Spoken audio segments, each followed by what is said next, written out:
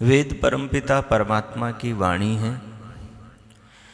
वेद मनुष्य के जीवन की और इस संपूर्ण ब्रह्मांड की कहानी है। जो संसार में हम व्यवहार करते हैं किसी वस्तु से और व्यक्ति से, वो व्यवहार कैसे होना चाहिए, उस व्यवहार की परिपाटी प्रणाली क्या है, उसका विस्तार से उल्लेख भगवान की वाणी वेद में मिलता है। इस जीवन को मनुष्य कैसे जिए, इसकी परिपाटी परमात्मा के वेद में मिलती है। मनुष्य के सुधार का जो सबसे बड़ा मूल केंद्र है, उस केंद्र का नाम भगवान की वाणी वेद है। हम सामवेद का पाठ कर रहे हैं, सामवेद की ऋचाओं से आहुतियाँ दे रहे हैं। मैं सुबह कह रहा था आपसे कि वेद का मंत्र, वेद की ऋचा कह रही है कि ये वेदी के बीच में जो प्रज्वलित अग्नि है, इस अग्नि को परमात्मा का प्रतीक मानकर जो यजमान बैठा है, वो यजमान कह रहा है कि हे अग्निदेव, हे परमात्मा अग्नि, आओ मेरे हृदय में बैठ जाओ। अग्न आ या ही वीतये, आओ प्रभु मेरे हृदय में बैठ जाओ। मतलब क्या है? प्रभु को अपने हृदय में लाने का। एक ऋग्वेद का मंत्र है, उसका एक छोटा सा वाक्य है। वाक्य है, भगवान कहते हैं अहम कवि, अहम कवि रुशना पश्यता मां। मैं कवि हूं और रुशना हूं, पश्यता मां, मुझे देखो।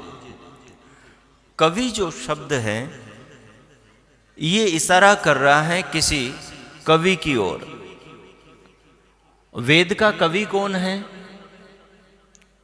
वेद की वाणी का उच्चारण करने वाला, वेद के ज्ञान के उस अमृत को ऋषियों के हृदय में प्रवाहित करने वाला कवि कौन है? कौन है वेद रूपी इस काव्य का उपदेश करने वाला? परमात्मा है, ईश्वर है। तो ईश्वर कह रहा है अहम कवि, मैं कवि हूं। भगवान के कवि, भगवान कवि के काव्य हैं दो। कितने हैं?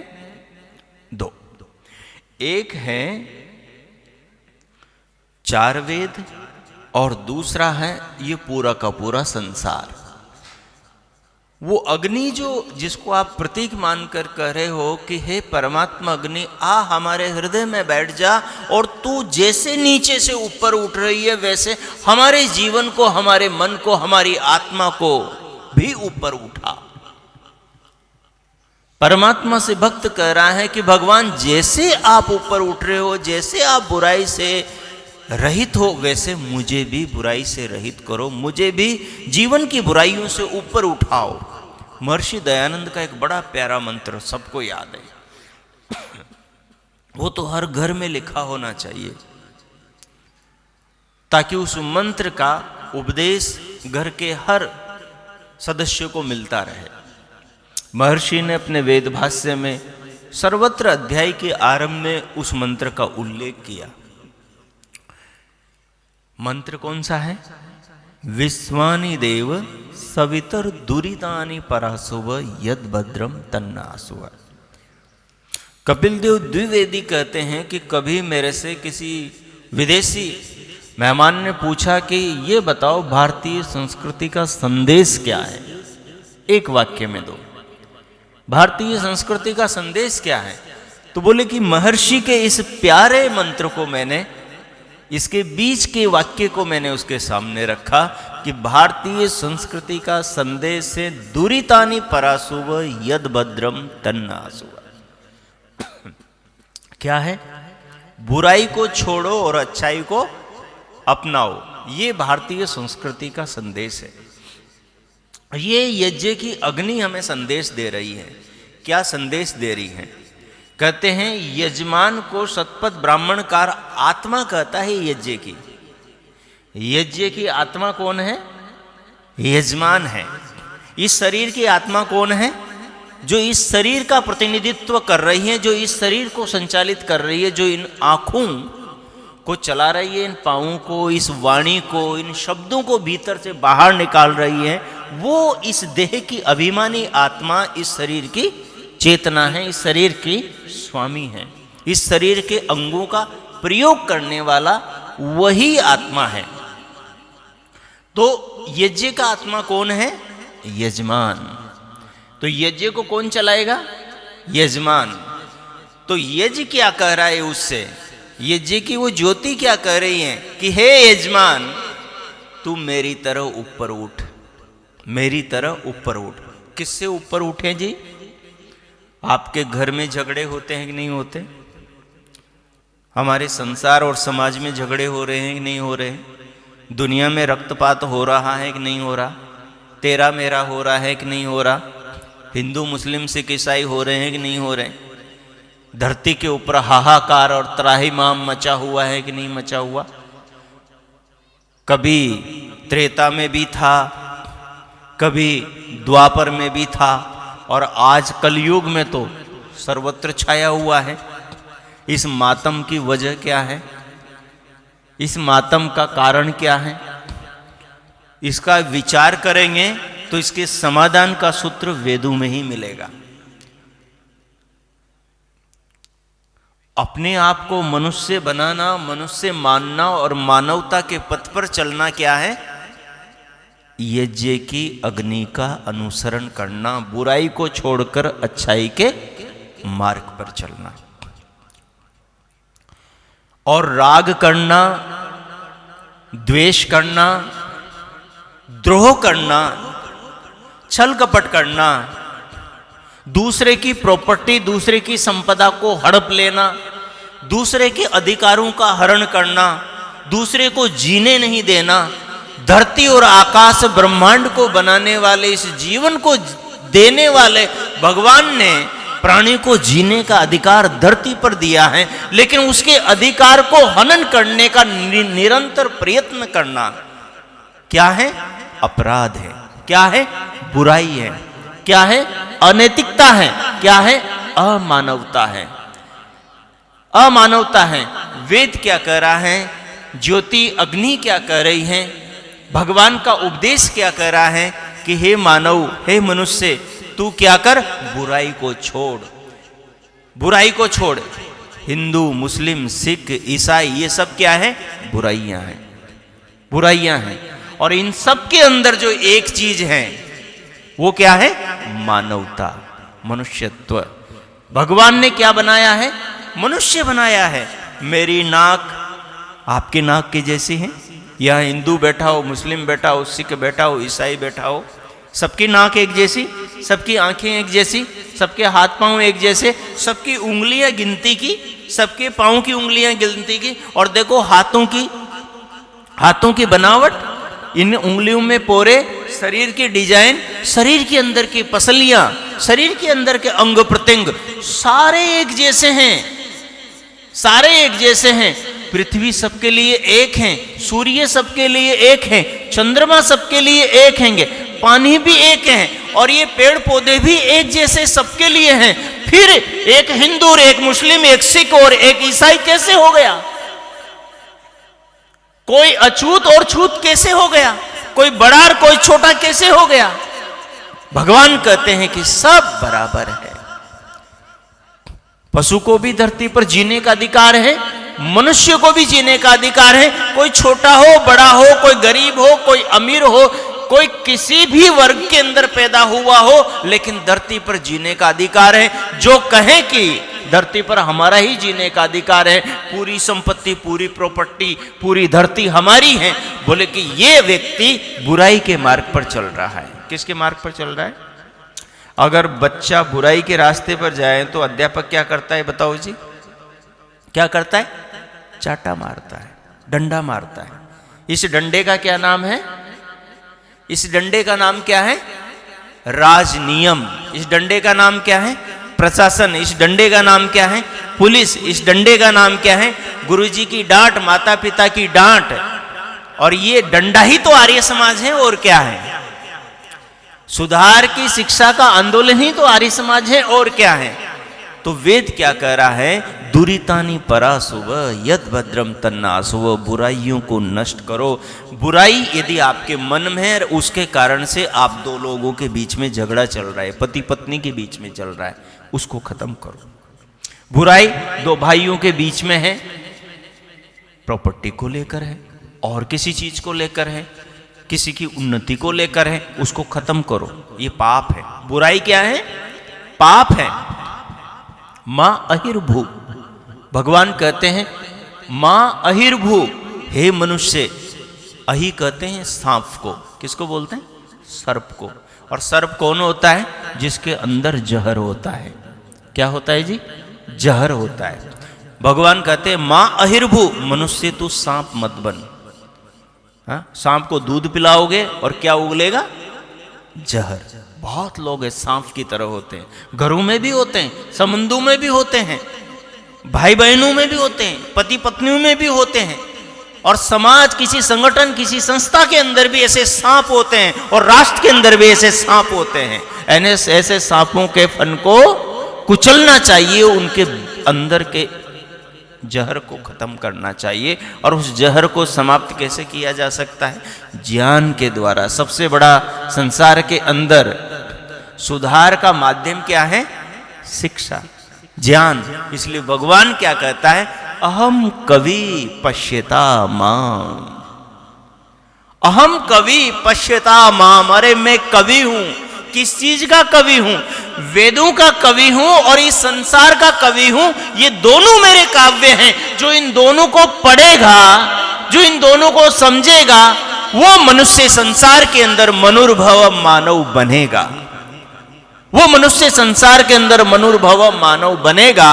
और जो इन दोनों को नहीं पढ़ेगा, जो इनसे जितना दूर होगा, वो उतना ही अपराधी होगा, वो उतना ही दानव होगा, वो उतना ही पिशाच होगा, वो उतना ही राक्षस होगा, वो मनुष्य के भेष में चलता फिरता पशु होगा। जंगल में पशु देखे आपने,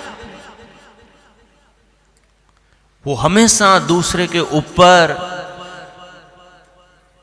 दूसरे को नुकसान पहुंचाने के लिए, अपना भोजन बनाने के लिए, उस पर टूट पड़ने के लिए तैयार बैठे रहते हैं। ये मानवता का लक्षण नहीं है। मानवता का लक्षण क्या है, 16 बार विष पान कर जाना, समाज के, राष्ट्र के लिए, संसार के एक एक व्यक्ति के कल्याण के लिए, एक के बाद एक, दूसरे के बाद तीसरी बार लगातार 16 बार विष पान कर जाना, इसे कहते हैं मानवता का उदाहरण। स्वामी दयानंद सरस्वती ने अपने जीवन में ऋषियों के संदेश को, वेदों के संदेश को चरितार्थ करके दिखाया और हमें उपदेश किया कि संसार के अंदर जीवन ऐसे जीना, संसार के अंदर जीवन ऐसे जीना। सुधार की शुरुआत कहां से होनी चाहिए बताओ, पड़ोसी से या अपने आप से? आप जल सिंचन करते हो ना, पहले किधर करते हो, अपनी ओर, उसके बाद में दूसरे की ओर।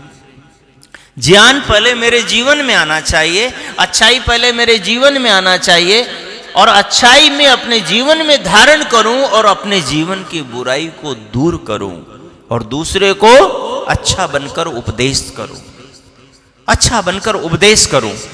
तो भगवान कह रहे हैं अहम कवि पश्यता माम, बोले मैं कवि हूं, मुझे देखो। अच्छा, परमात्मा दिखाई देता है? बताओ, परमात्मा दिखाई देता है? संसार में 3 चीजें हैं। कितनी चीजें हैं? 3 चीजें हैं, आत्मा, परमात्मा और प्रकृति। क्या है बोलो एक बार? आत्मा, परमात्मा और प्रकृति। अच्छा, ये जो 3 चीजें हैं, इन तीनों चीजों में एक अंतर है। तीनों चीजों में एक बड़ा अंतर है। 2 चेतन हैं और 1 जड़ है। क्या है? 2 चेतन हैं और 1 जड़ है। जो चेतन है वो आत्मा और परमात्मा है, और जो जड़ है वो प्रकृति है। क्या है? प्रकृति है। जो जड़ है वो परिणामी है और निर्जीव है। वो जड़ है, वो परिणामी है निर्जीव है, अचेतन है, उसमें स्वयं का बोध नहीं है, उसके अंदर स्वयं का ज्ञान नहीं है, न वो दूसरे को जान सकती है। लेकिन जो चेतन है, जो चेतन है, वो चेतन कैसे है? अपरिवर्तनशील है, शाश्वत है, अजन्मा है, और उनके अंदर अपना ज्ञान है, वो चेतन है। उनमें एक परमात्मा और एक आत्मा है। जो आत्मा है वो अल्पज्ञ है और परमात्मा है वो सर्वज्ञ है। आत्मा अल्पज्ञ है और परमात्मा सर्वज्ञ है। आत्मा एक देशी है और परमात्मा सर्वदेशी है। आत्मा अणु स्वरूप है, शरीर में, मस्तिष्क में, चित्त के अंदर आत्मा का निवास है, और परमात्मा विभू है, व्यापक है। संपूर्ण ब्रह्मांड उसके एक भाग में है, बाकी 3 भाग उसके खाली हैं। और जिसके अंदर, जो उसके एक भाग में पूरा ब्रह्मांड, पूरा विश्व है, उसके कण कण में परमात्मा विराजमान है। परमात्मा विराजमान है। इसको क्या कहते हैं? सर्वव्यापक। 2 चीजें, एक है व्यापक और एक है व्याप्य। क्या है? बोलो। व्यापक और व्याप्य। आपने पानी की बाल्टी भर ली, पानी की बाल्टी में एक रुई का गोला डाल दिया, रुई के गोले के रेसे रेसे में पानी चला गया ना, और वो गोला पानी में डूब गया, ठीक है, और पानी गोले के अंदर भी चला गया और पानी गोले के बाहर भी भरा हुआ है। तो ये जो गोला है रुई का, जिसके अंदर बाहर पानी है, ये रुई का गोला तो है व्याप्य। क्या है? व्याप्य। और रुई के गोले के अंदर और बाहर जो पानी है, ये है व्यापक। क्या है? व्यापक। तो ये व्यापक तो परमात्मा है। संसार के अंदर, आत्मा के अंदर, शरीर के अंदर, संसार के कण कण के अंदर भगवान अंदर और बाहर सर्वत्र है, और आत्मा परमात्मा के अंदर है। आत्मा परमात्मा के अंदर है, सर्वत्र परमात्मा है, हम परमात्मा के अंदर हैं। लेकिन आत्मा संसार से कनेक्ट कैसे होती है? सूक्ष्म शरीर के द्वारा। कैसे होती हैं? सूक्ष्म शरीर के द्वारा। अच्छा, सूक्ष्म शरीर क्या है? सूक्ष्म शरीर क्या है? सूक्ष्म शरीर का जो पहला पार्ट है, जो पहला पदार्थ है, वो आत्मा को घेरे हुए है, और उसका नाम है चित्त। क्या है? चित्त। और जो दूसरा पार्ट है, जो उसके ऊपर की लेयर है, वो क्या है? चित्त के बाद में क्या है? बुद्धि तत्व। और बुद्धि के बाद में क्या है? अहंकार तत्व। और अहंकार के बाद में क्या है? मनस तत्व। और मनस तत्व के बाद में ज्ञानेंद्रियां, कर्मेंद्रियां। ये सब क्या है? सूक्ष्म शरीर के नाम से कहलाते हैं। तो ये जो सूक्ष्म शरीर है, इसके जो ये पार्ट हैं, इसके अंदर के जो ये करण साधन हैं, इनको अंतकरण कहते हैं। आत्मा इनसे कनेक्ट होकर बाहर सूक्ष्म स्थूल शरीर से जुड़कर आंखों से बाहर झांकता है, बाहर की चीजों को देखता है, बाहर की चीजों को देखता है, कानों से बाहर की ध्वनि को सुनता है, और जो सुनता और देखता है वो वाणी से बोलता है, और परिस्थितियों के अनुकूल, आवश्यकता के अनुकूल हाथों से कार्य करता है और पांव से यात्रा करता है। तो आत्मा को बाहर, भीतर से बाहर आने के लिए, बाहर की वस्तुओं के साथ में जुड़ने के लिए अंतकरण से जुड़ना पड़ता है। अंतकरण के एक एक करण के सहयोग से वो बाहर आता है। भगवान क्या कह रहा है? अहम कवि पश्यता माम। आत्मा को क्या करना होगा? चित्त, बुद्धि, अहंकार, मन और इंद्रियां, इन सब के द्वारा क्या करना होगा? संसार को समझना होगा। पश्यता माम, संसार को देखना होगा।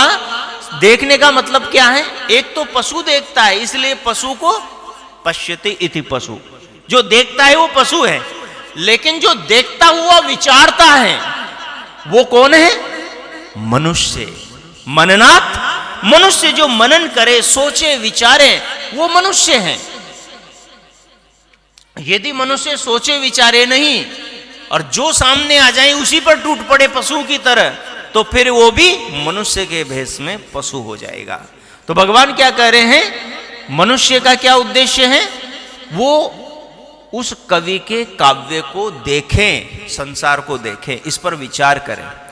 चाहे मुसलमान हो, चाहे हिंदू हो, चाहे सिख ईसाई हो, सबके समझ में आएगा, सबके समझ में आएगा कि दुनिया सबके लिए एक जैसी बनी है और सब दुनिया में जो जन्मे हैं उनके शरीर के अंग प्रत्यंग और बाहर की परिस्थितियां, वातावरण और ये सृष्टि ये सिद्ध करती हैं कि इन सबको बनाने वाला बोलो एक है, अनेक नहीं है।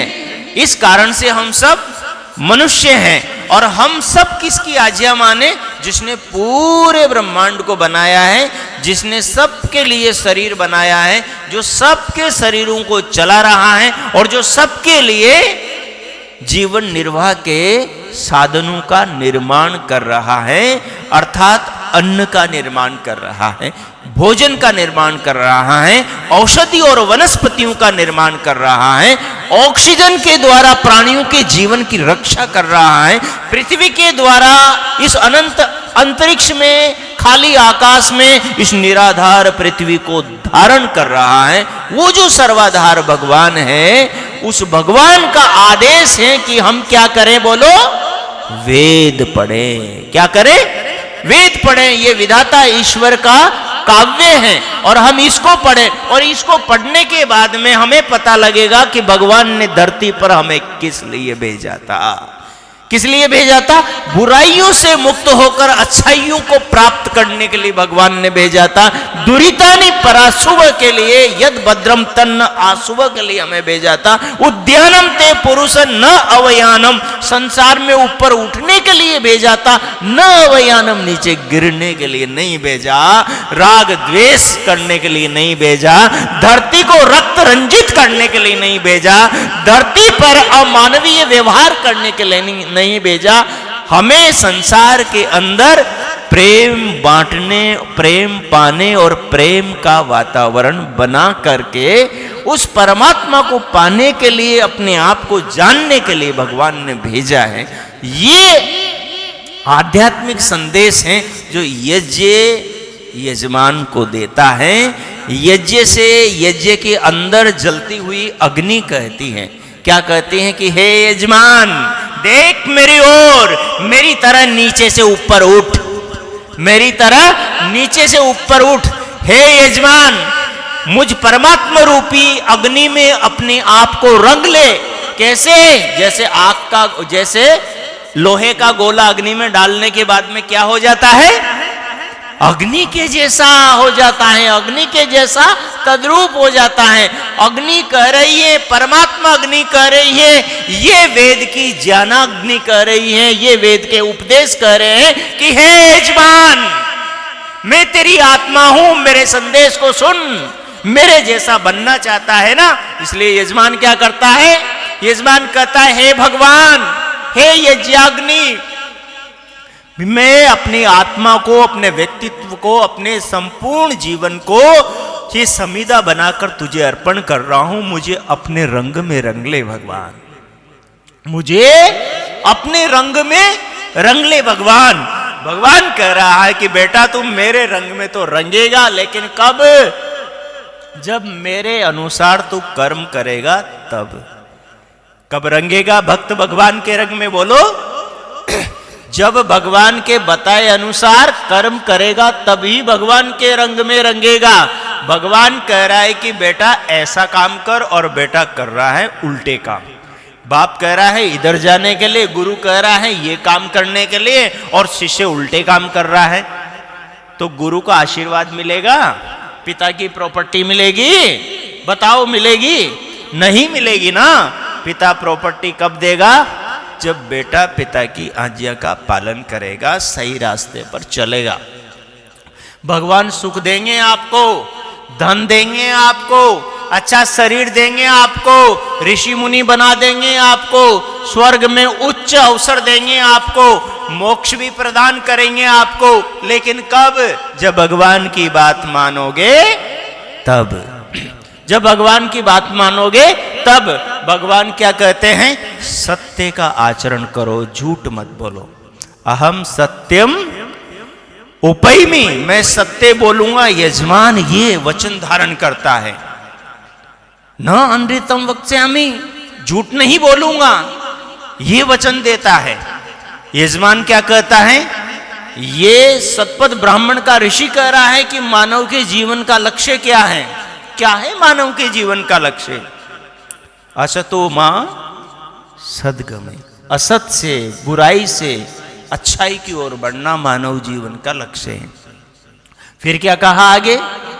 तमसो मां ज्योतिर्गमय, अंधकार से, अज्ञान के अंधकार से, बुराइयों के अंधकार से, बुरी संगत से, बुरे खान पान से, बुरे रहन सहन से, बुरे बोलचाल से, बुरे लोगों के संगत से अपने आप को निकालकर अच्छे लोगों की संगत में लेकर जाऊंगा, अच्छे वातावरण में जाऊंगा, अच्छे लोगों के साथ में जीऊंगा। ये ऋषि याज्ञवल्क्य के कह रहा है, ये जीवन का लक्ष्य, ये व्यक्ति के विचार, ये व्यक्ति की प्रार्थना होनी चाहिए भगवान से। फिर कह रहे हैं मृत्युर्मा अमृतम गमये। क्या कह रहे? मृत्युर्मा अमृतम गमये, हमें मृत्यु से अमृत को पाना है। और वो अमृत क्या है? अपनी आत्मा और परमात्मा है। उस तक पहुंचने के लिए क्या करना होगा? अहम कवि पश्यता माम। एक वाक्य की चर्चा कर रहा हूं, अगले बैठक में करूंगा। अहम कवि पश्यता माम, भाई मैं कवि हूं, मेरे काव्य को देखो। आपके अंदर श्रद्धा, भगवान के प्रति समर्पण, भगवान के प्रति प्रेम और भक्ति का ज्वार हृदय में उमड़ने लगेगा जब रात में आकाश में चांदनी को, चंद्रमा को और तारों को देखोगे।